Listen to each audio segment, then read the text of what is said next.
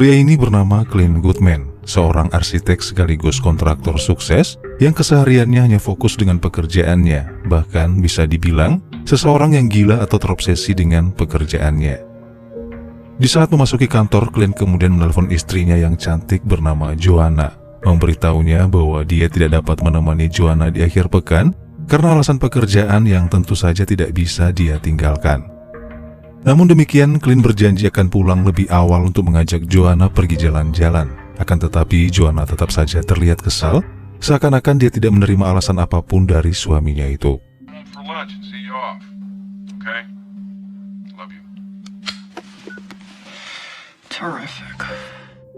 Setelah menyelesaikan beberapa pekerjaan dan bertemu dengan seorang klien, Clint kemudian memutuskan pulang lebih awal untuk menemui istrinya, di mana di tengah perjalanan mobil Clint dihentikan oleh seorang sheriff bernama Sam, mendekati mobil Clint untuk mengajaknya pergi memancing bersama.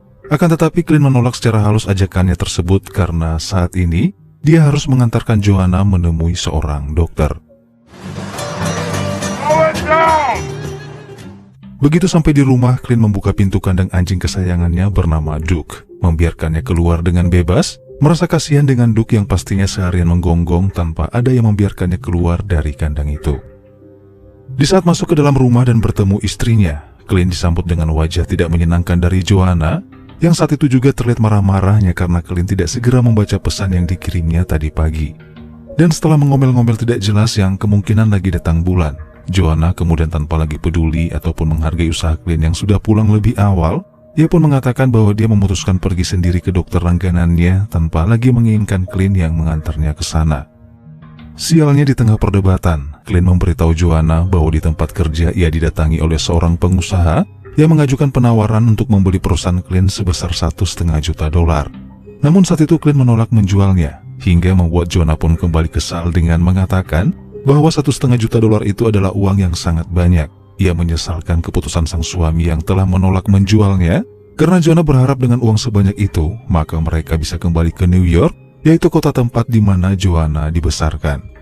Diskusi suami istri yang seharusnya diselesaikan dengan kepala dingin, justru semakin meningkat menjadi pertengkaran, yang dari pertengkaran inilah yang pada akhirnya menjadi sebuah awal dari malapetaka itu terjadi.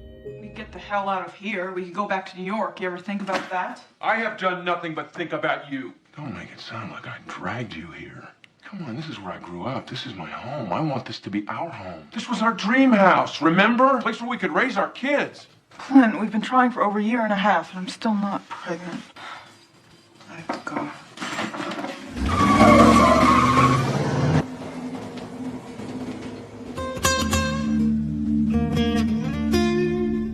Merasa putus asa dan tidak tahu lagi bagaimana menghadapi sifat keras sang istri, Clint pada akhirnya memutuskan pergi memancing dengan Sheriff Sam dan mencoba curhat memberitahu Sam tentang masalah rumah tangganya itu. Well, you know Joanna, she grew up in the city. The transition hadn't been easy for her, but she's trying.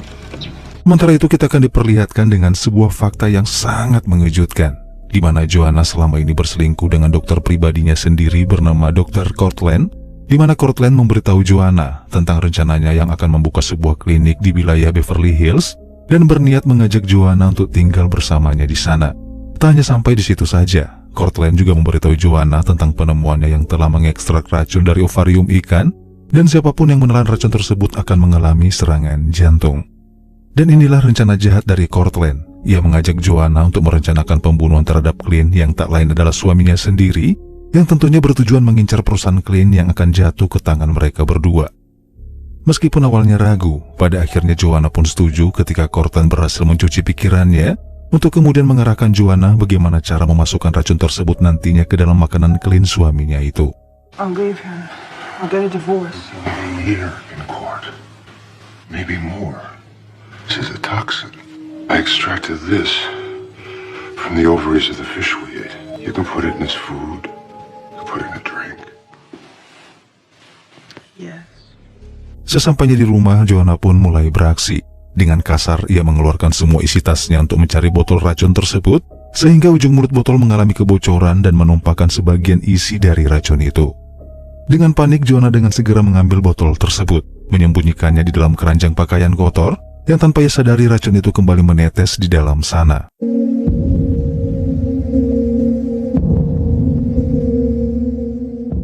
Singkat cerita, Clint pun pulang ke rumah, menemui Joanna di dapur dan memeluknya, yang mana Clint terlihat sangat senang ketika melihat sang istri sedang menyiapkan steak untuknya. Padahal, selama ini nggak pernah sama sekali. Dan sembari menunggu Joanna menyiapkan steak itu, Clint pun masuk ke dalam bengkel rumahnya untuk mengerjakan sesuatu.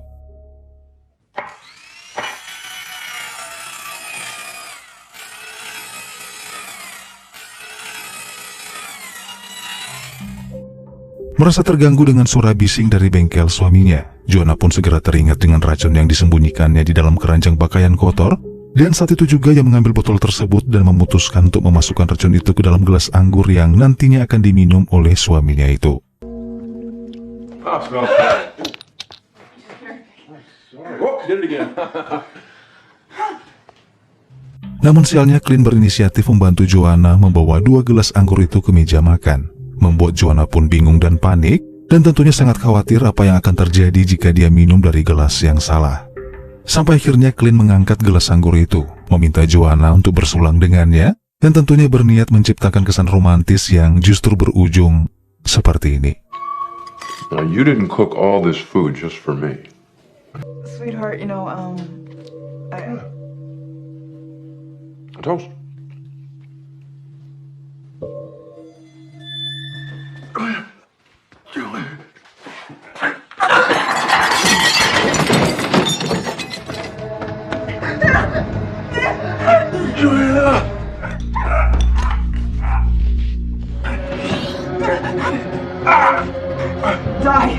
Clint pun terjatuh ke lantai akibat racun yang menyerang jantungnya. Ia berteriak kesakitan meminta bantuan Joanna, yang justru menolak dan menepis tangan suaminya, bahkan dengan tega mengatakan, semakin Clint cepat mati, maka itu akan semakin lebih baik. Just die.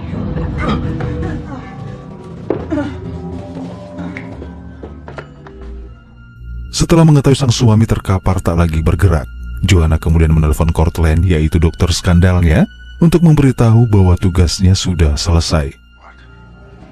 It's done. Now listen, just stay calm. You've already done the right thing. What's that? You called your doctor. I'll take it from here.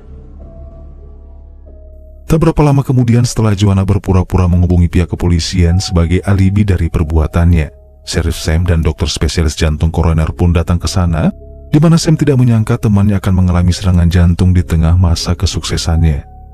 Ketika sedang melakukan penyelidikan, terlihat botol racun itu tergeletak di lantai, yang mana Sam hampir saja menginjak botol itu dan menyadarinya. Man is seemingly healthy.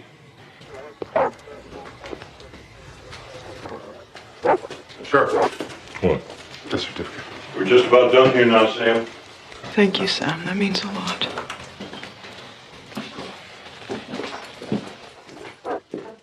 Adegan beralih ke sebuah rumah sakit, lebih tepatnya di ruangan pendingin penyimpanan jenazah, di mana salah satu jenazah terlihat bergerak, yang sampai saat ini belum diketahui jasad siapa dan bagaimana itu bisa terjadi.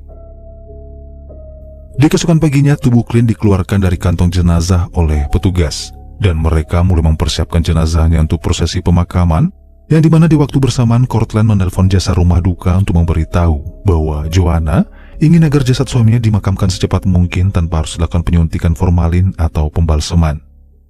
Quentin Funeral Home, Quentin speaking. Be that as it may, Mrs. Goodman is very specific. She does not want to wake. Setelah mendapatkan informasi dari Cortland, pemilik rumah duka dengan segera memberitahu karyawannya, menyuruh mereka untuk menghentikan pelayanan terhadap jenazah Clint, karena Joanna hanya memesan peti mati dengan harga yang sangat murah untuk kemudian melakukan pemakaman secepatnya. Now he's got to be pumped and dumped. Just fine.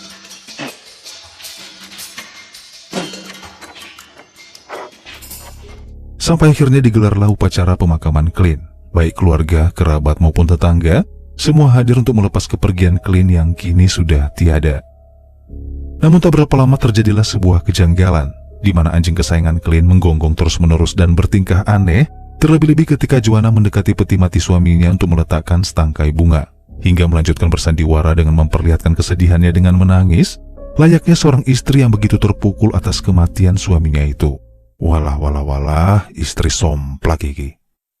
Malam harinya setelah pemakaman Clint selesai, Joanna dan Cortland merayakan atas keberhasilan rencana mereka dengan tertawa-tawa bersama di bathtub kamar mandi ditemani oleh segelas anggur.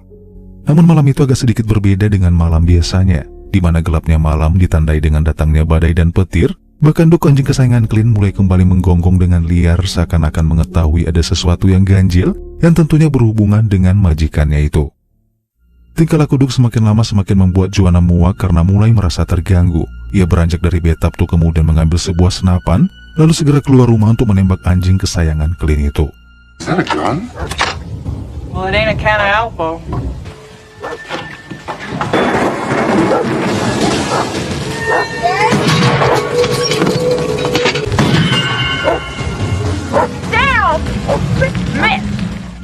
Beruntung Duke berhasil kabur tanpa terluka, hingga instingnya membawanya berlari masuk ke dalam lokasi pemakaman dan berjalan perlahan menuju ke kuburan Clint dan duduk tepat di sebelahnya. Namun sebuah fakta mengejutkan terjadi, di mana Clint sebenarnya masih hidup di dalam peti matinya, sehingga bisa disimpulkan bahwa sedari tadi Clint hanya mengalami pingsan, dan kini efek racun yang berada di dalam tubuhnya dipastikan baru saja hilang dan membuatnya kembali tersadar. Dari sekian usaha yang sudah dilakukannya, pada akhirnya Clint berhasil keluar dari peti matinya. Mengorek tanah basah yang diguyur oleh hujan, membuatnya dengan mudah keluar dan merangkak dari kuburnya.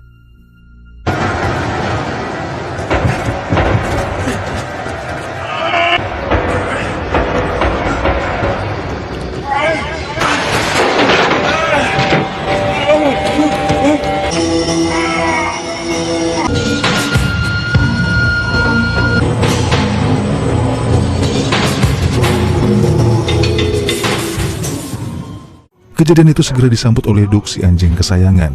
Ia mengikuti langkah Clint dari belakang, yang saat itu berjalan terseok-seok menuju ke rumahnya.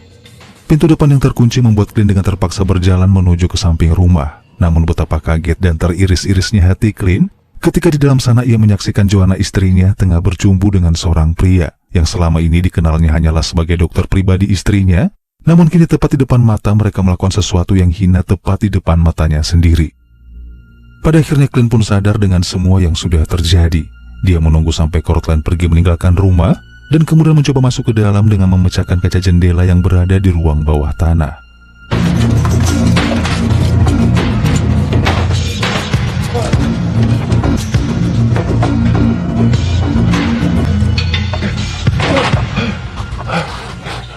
Gagal menaiki anak tangga hingga membuatnya terjatuh. Clint yang merasa tubuhnya begitu lemah, pada akhirnya memutuskan untuk bersembunyi dan menghabiskan malam di ruang bawah tanah rumahnya itu. Di keesokan harinya, Joanna menemui pengacaranya Clint, di mana sang pengacara memberinya informasi mengenai dokumen penting yang dimiliki oleh Clint, beserta detail mengenai rekening bank yang dimiliki oleh suaminya itu. Sesaat kemudian, Joanna memberitahu sang pengacara bahwa dia bersedia menjual perusahaan suaminya, memberikan penawaran senilai $1,5 juta dengan pembayar jatuh tempo selama 48 jam terhitung mulai detik itu juga. Sementara itu di waktu yang hampir bersamaan, di dalam ruang bawah tanah, Clint pada akhirnya terbangun dan dengan sisa tenaga ia pun berjalan menaiki anak tangga, memasuki dapur dan meminum air melalui keran di wastafel, lalu berpindah ke lemari pendingin dan mengambil sesuatu untuk dimakan. Namun saat makan sedang berlangsung, Clint tiba-tiba melihat mobil istrinya memasuki halaman rumah, hingga dengan segera ia bergegas untuk kembali ke ruang bawah tanah dan menemukan senapannya di dalam sana. Namun sialnya tepat di atas tangga, Clint tanpa sengaja menjatuhkan cangkangnya dan dengan terpaksa ia menuruni anak tangga untuk mengambilnya.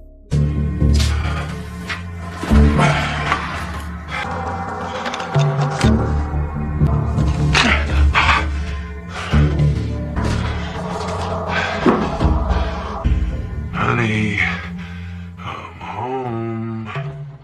Setelah berhasil memuat peluru ke dalam senapan tersebut, Clint kemudian memutuskan untuk kembali ke ruangan atas yang tentu saja berniat untuk segera menghabisi istrinya itu. Namun sial, aksinya harus tertunda, di mana saat dia baru saja akan menarik pelatuk senjatanya, tiba-tiba Sheriff Sam datang ditandai dengan bel pintu yang tiba-tiba berbunyi. Di dalam rumah, Sam mengenang bagaimana usaha Clint yang sudah membangun rumahnya dengan susah payah, bahkan mulai dari titik nol, sebelum pada akhirnya ia memperoleh kesuksesannya hingga saat ini. Namun kata-kata Sam itu hanyalah sebuah sindiran buat Joanna, di mana secara tidak langsung ia mempertanyakan tentang papan penjualan rumah yang terpasang di halaman rumah, dan bagaimana Joanna bisa dengan mudah menjual rumah itu. Namun saat itu Joanna dengan tenang memberikan alasan bahwa keadaan rumah saat ini terlihat sangat berbeda sejak kepergian Clint, sehingga mau tidak mau dia harus menjual rumah suaminya itu. Ketika Sam pamit pulang untuk melanjutkan pekerjaannya, di waktu yang bersamaan Dr. Cortland pun tiba di sana, memperlihatkan profesionalismenya di depan Sam sebagai seorang dokter yang tengah mengunjungi pasiennya.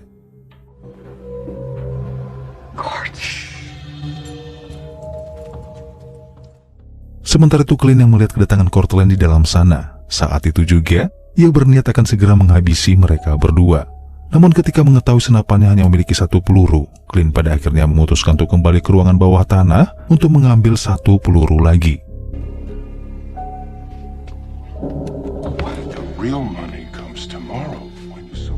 Sementara itu Joanna memperlihatkan kegelisahannya di depan Cortland, di mana kedatangan Sheriff Sam barusan tentu saja membuatnya terlihat panik, merasa bahwa Sam mengetahui perbuatannya dan mencurigai gerak-geriknya.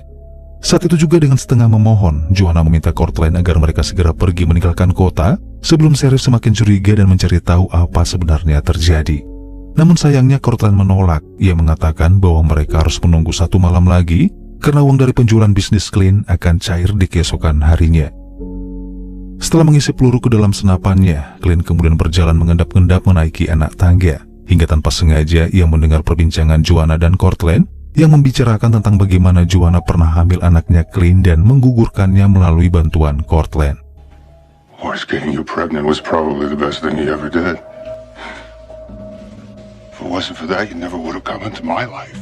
Mendengar hal itu, Clint tentu saja terlihat begitu sangat terpukul. Perasaan marah bercampur sedih kian bercampur menjadi satu, hingga detik itu juga mengikis logika akal sehatnya. Seakan tak mampu mengikhlaskan apa yang sudah terjadi, Clint yang menatap kosong ke arah senapannya yang sudah terisi 2 peluru, segera menyadari bahwa kematian mereka dengan cara ditembak terlihat begitu sangat mudah, hingga ia memutuskan untuk memberikan hukuman rasa sakit kepada mereka berdua dengan cara membuat mereka mati secara perlahan. Tengah malam saat Joanna sudah tertidur lelap di kamarnya, Clint mengambil gunting untuk kemudian mengobati lukanya di kamar mandi, sekaligus membersihkan dirinya dari bekas tanah kuburan yang masih menempel.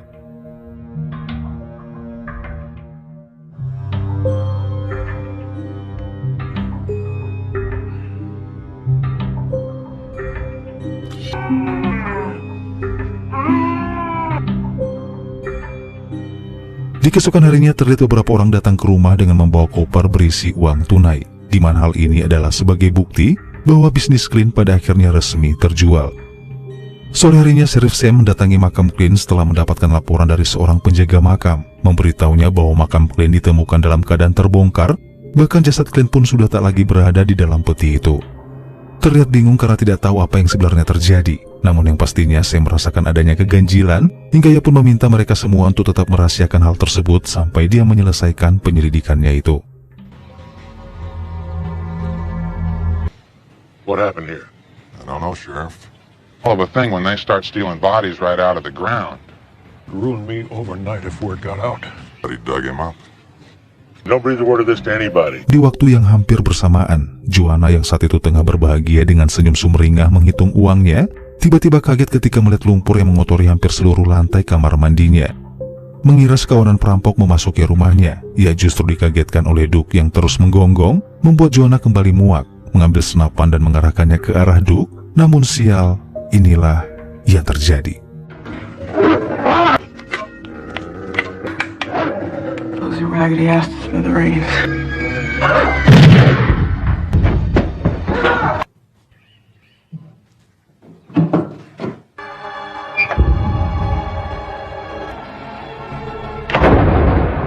Malam harinya, Cortland terlihat mengambil racun dari ovarium ikan-ikannya, di mana ia berencana akan membunuh Joanna untuk kemudian dengan mudah mengambil semua uang tersebut.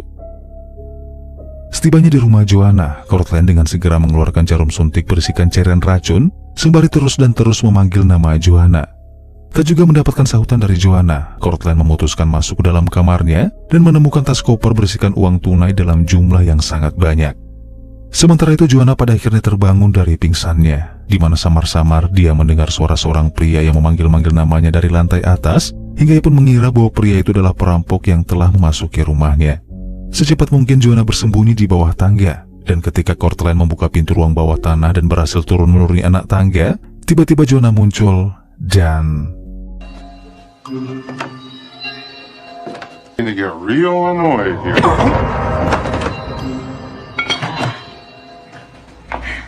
Tubuh Courtland yang terpental menjatuhkan suntik racun dari tangannya. Joanna dengan segera mengambil kopernya dan berlari secepatnya menaiki anak tangga, namun Clint tiba-tiba muncul dan menutup pintu.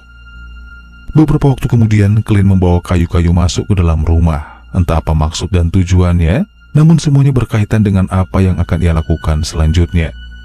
Di ruang bawah tanah, Courtland pun terbangun dari pingsannya. Menyadari hal itu, Joanna meminta maaf karena telah memukulnya dan memberitahu Courtland bahwa ada seorang pria yang telah menjebak mereka di ruang bawah tanah itu. Mendengar hal itu, Courtland mencoba membawa mereka keluar dari sana. Ia menembak gagang pintu yang terkunci, namun dia justru mendapati senapan yang hanya berisikan bubuk mesiu dan udara. Tidak menyerah begitu saja, Courtland mencoba cara lain dengan mendobrak jendela papan yang lagi-lagi sial Duke yang berada di balik sana menggonggong mengagetkan Courtland. Sementara itu di lantai atas terungkaplah bahwa Clint mencoba merenovasi tatanan rumahnya secara keseluruhan.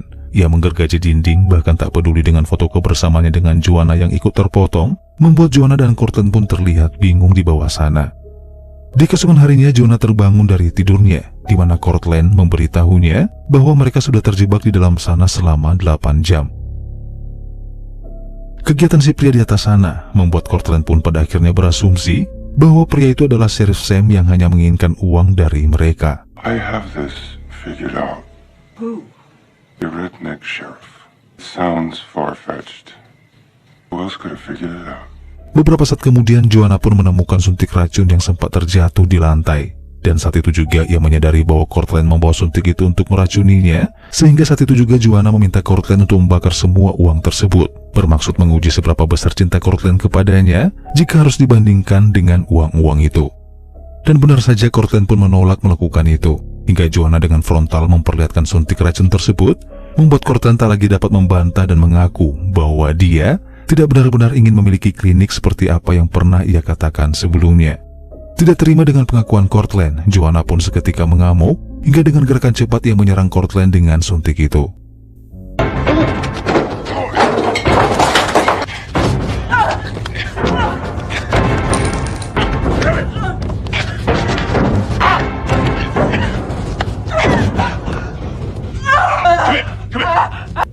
This is really gonna hurt. Aksi Courtland pun terhenti ketika melihat pintu ruang bawah tanah yang tiba-tiba terbuka. Mereka berdua lalu memutuskan untuk tidak menyia-nyiakan cairan racun dan memilih berjalan keluar melalui pintu yang terbuka itu. Keanehan pun terjadi, di mana mereka berdua tentu saja hanya melihat ruangan yang kini telah berubah total, berisikan kayu dan sekat di mana-mana. Tak tinggal diam, mereka mencoba terus mencari pintu jalan keluar. Namun tetap saja mereka tidak menemukan pintu apapun. Joanna? I'm right here.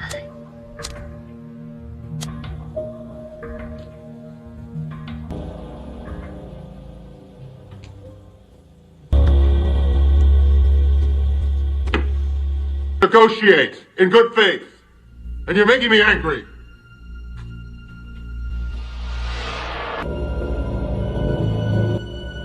Frustasi dan mulai sedikit berhalusinasi, mereka berdua mulai saling menyalahkan satu sama lain, memperdebatkan kejahatan yang sudah mereka lakukan.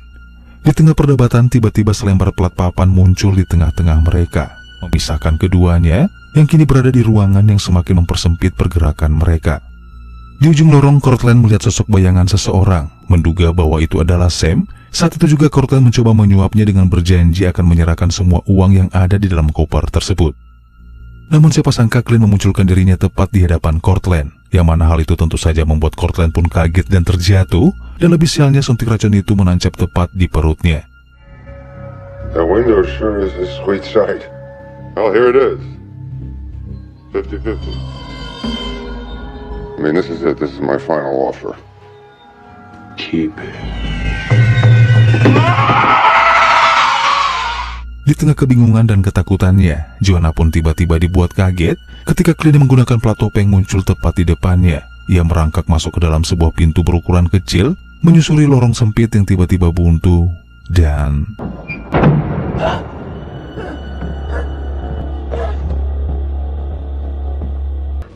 Clint. Our child, Joanna.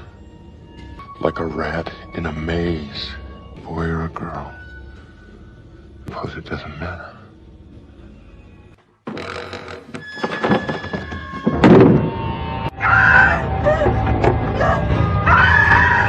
Setelah menggabungkan tubuh Courtland yang sudah tewas bersama dengan Joanna, Clint kemudian menyiramkan bensin ke segala penjuru dan menggunakan suar untuk membakar rumahnya itu.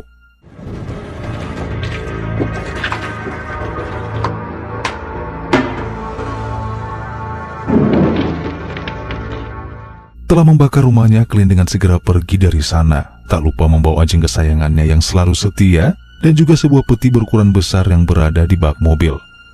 Sementara itu asap tebal berhasil membawa Sam mendatangi lokasi kebakaran. Ia menyaksikan api yang semakin berkobar, namun anehnya tidak mendengar satupun teriakan dari dalam rumah. Tangin api semakin merambat jauh kemana-mana. Sam dengan segera memanggil petugas pemadam kebakaran untuk memadamkan api itu. On Old Castle Rock Road. Sheriff Beverly, we've got a 904S in progress. Fire department out here. Di keesokan harinya setelah api padam, para tim evakuasi yang datang ke TKP tidak menemukan satupun korban, membuat Sam dan petugas lainnya semakin merasakan adanya keanehan demi keanehan. Seakan memiliki firasat buruk, Sam segera bergegas pergi menuju ke lokasi makam Clint, di mana di sana dia melihat seorang pria berdiri di makamnya Clint yang sudah kembali tertutup dengan tanah. Awalnya Sam menduga bahwa pria itu adalah seorang penjaga makam, namun pada akhirnya Sam pun menyadari bahwa pria itu adalah Clint. I came to pay my respects to a friend. He's buried here.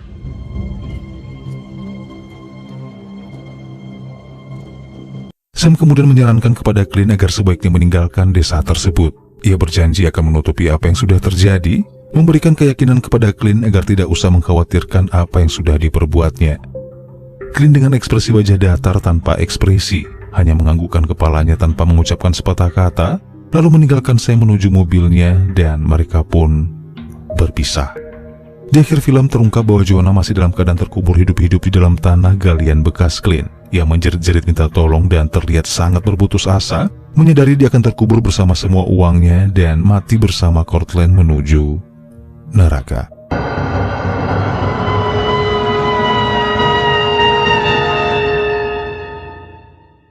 Baiklah teman-teman, mungkin sampai di sini dulu aja perjumpaan kita di alur cerita film kali ini. Harapan saya semoga teman-teman terhibur.